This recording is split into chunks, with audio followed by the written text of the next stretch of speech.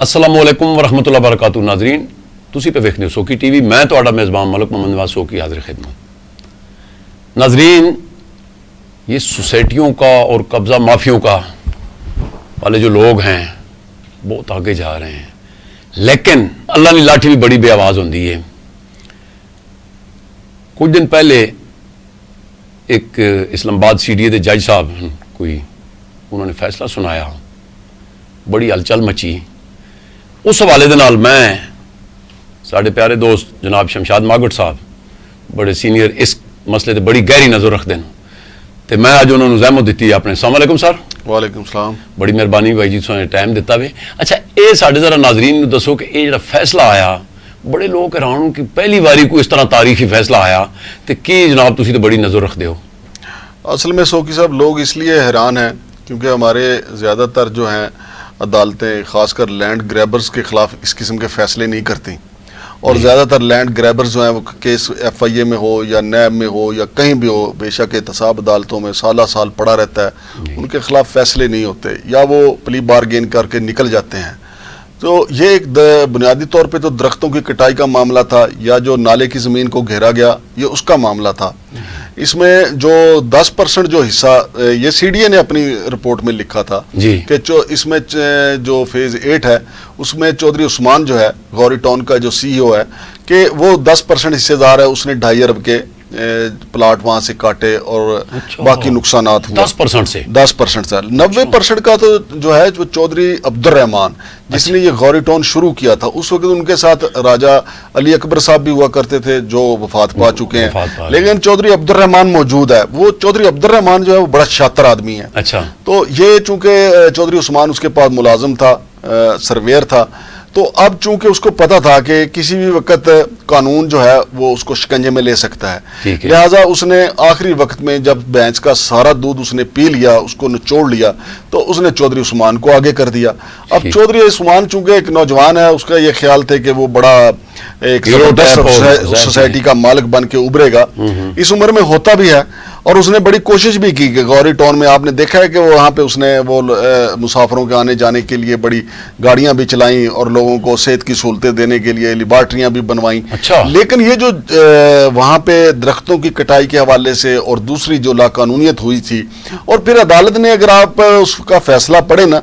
سردار آصف صاحب کا تو اگر اس فیصلے کو آپ پڑھیں اس میں یہ بھی لکھا ہوا ہے کہ متاثرین بھی دربدر ہو گئے تو متاثرین کو اگر آپ دیکھیں میں نے جو 2 پروگرام کیے ہیں ان پہ لوگوں کا یہ جو زیادہ تر کمنٹ آئے ہیں وہ یہی آئے ہیں کہ ہمارا کیا ہوگا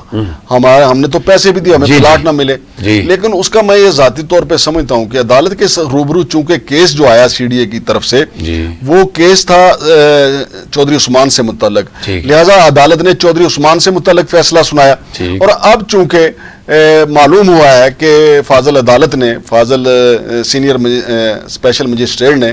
چودھری عبد الرحمان کو بھی نوٹس جاری کر دیے ہیں اور چودھری عبد الرحمان کی بھی طلبی ہوگی اور میں سمجھتا ہوں کہ ان کو نہ صرف اربوں روپیہ ان کو جرمانہ ہونا چاہیے قانون کے مطابق اگر چودھری عثمان کو 2.5 ارب ہوا ہے تو میرا خیال ہے 50 ارب کے قریب تو ان کو جرمانہ ہونا چاہیے چودھری عبد الرحمان کیونکہ اس نے 7 جو ہے وہ سیکٹر ڈیولپ کیے 7 سیکٹروں کے